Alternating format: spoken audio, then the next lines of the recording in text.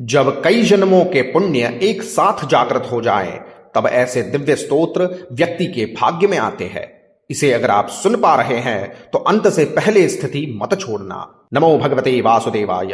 कहते हैं जब अंधकार और लोभ भी शिव के चरणों में झुक जाए, तब समझिए वहां केवल विनाश नहीं, करुणा बरसती है। यह वही दुर्लभ क्षण है जब स्वयं लोभासुर ने महादेव की स्तुति की और शिव ने भी उसे खाली हाथ नहीं लौटाया। इस स्तोत्र के अंत में फलश्रुति में भगवान शिव प्रसन्न होकर लोभासुर से कहते हैं, तुम्हारे द्वारा रचित यह स्तोत्र मेरी प्रसन्नता को बढ़ाने वाला है। इसमें कोई संदेह नहीं कि यह भोग और मोक्ष दोनों को प्रदान करने वाला होगा।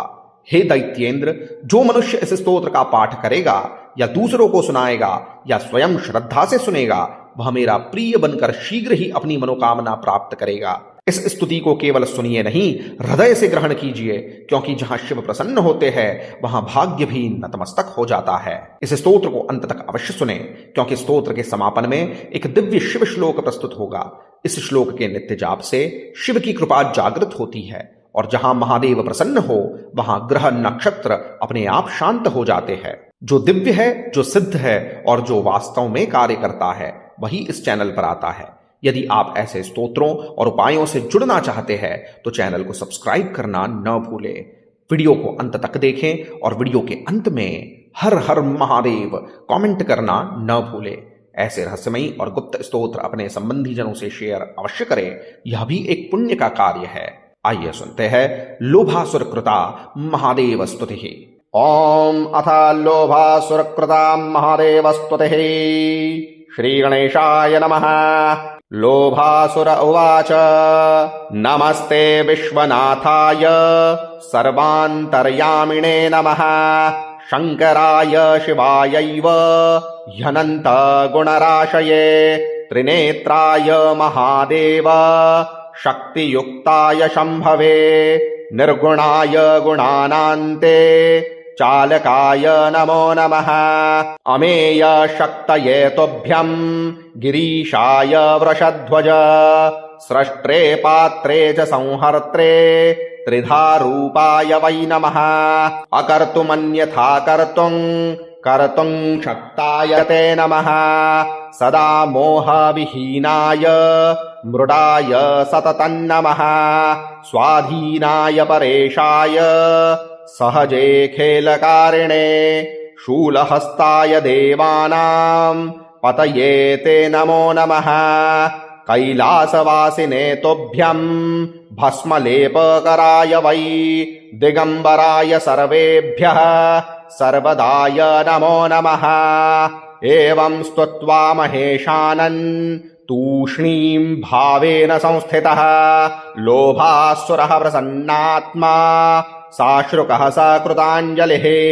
तमुवाच महादेवो वरन् वृणुर्दीप्सितम् दास्यामि तपसा स्तोत्रेण तुष्टो दानवोत्तमा।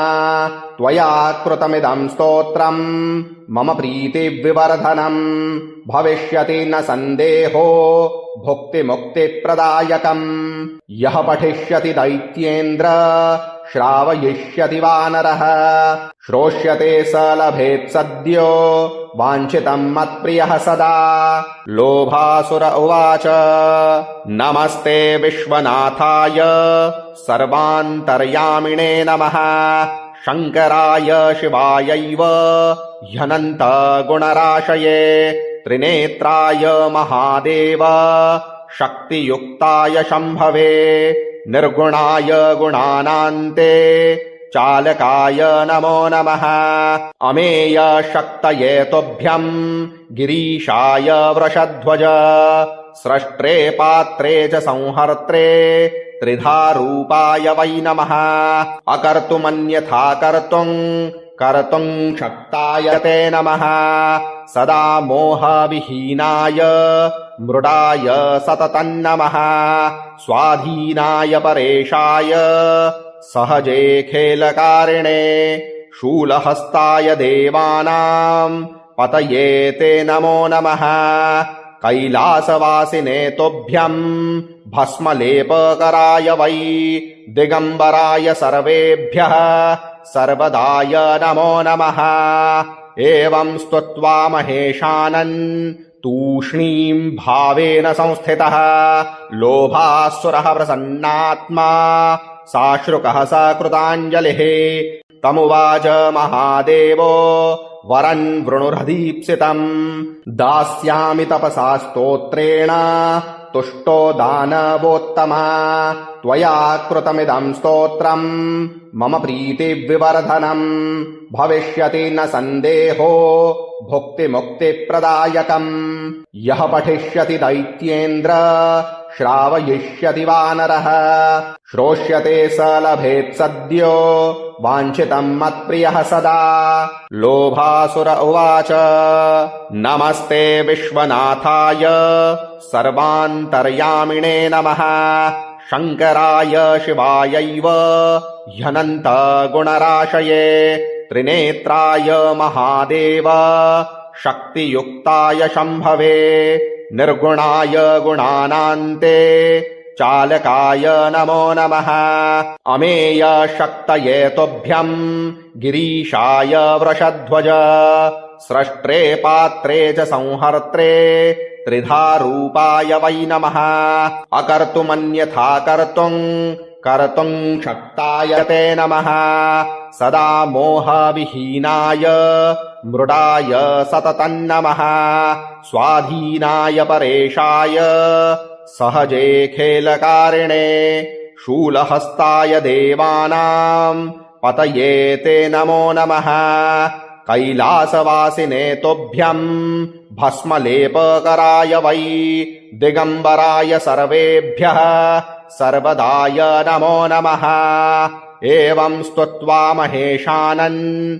तूष्णीं भावेन संस्थितः लोभासुरः प्रसन्नात्मा साश्रुकः सकृताञ्जलिः तमुवाच महादेवो वरन् वृणुरदीप्सितम् दास्यामि तपसा स्तोत्रेण तुष्टो दानवोत्तमा त्वया कृतमिदं स्तोत्रम् मम प्रीतिविवर्धनम् भविष्यति न सन्देहो भुक्तिमुक्तिप्रदायकम् यः पठिष्यति दैत्येन्द्र श्रावयिष्यति वानरः श्रोष्यते स लभेत् सद्यो वाञ्छितम् मत्प्रियः सदा।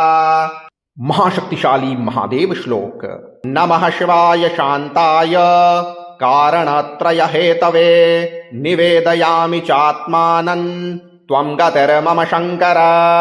अर्थात कल्याणकारी और परम शांत स्वरूप भगवान शिव को नमस्कार, जो सृष्टि, पालन और संहार इन तीनों कारणों के मूल हेतु है। हे शंकर, मैं स्वयं को आपको समर्पित करता हूं, क्योंकि आप ही मेरी एकमात्र गति आश्रय है। इस श्लोक का नित्य 108 मनकों की माला से जप आपके जीवन को कहां तक बदल देगा, इसकी कल्पना भी आप नहीं कर सकते। इस श्लोक में स्वयं को पूर्ण रूप से शिव को समर्पित करने की प्रार्थना है, जो सामान्य नहीं है। शिवाय नमः। ओम लोभासुरकृतां महादेव स्तुतिः।